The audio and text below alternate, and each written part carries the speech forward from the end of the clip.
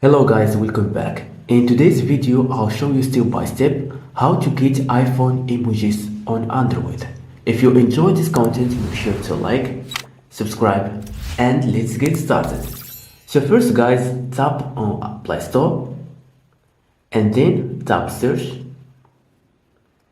and tap search bar and search for iOS style emoji. Perfect. Then tap iOS emojis for Android and tap install.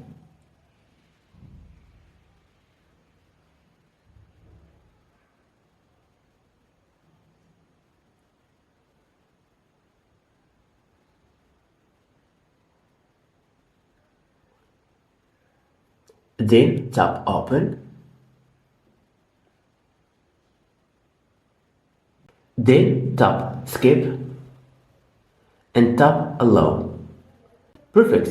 Then tap disable and tap enable.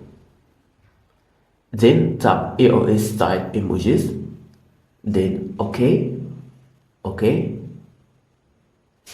Perfect. Then come back and tap select. Then tap here. And here select your language. For example, I'll select English. Then OK. Perfect. Now as you can see, we have activate iOS emoji keyboard.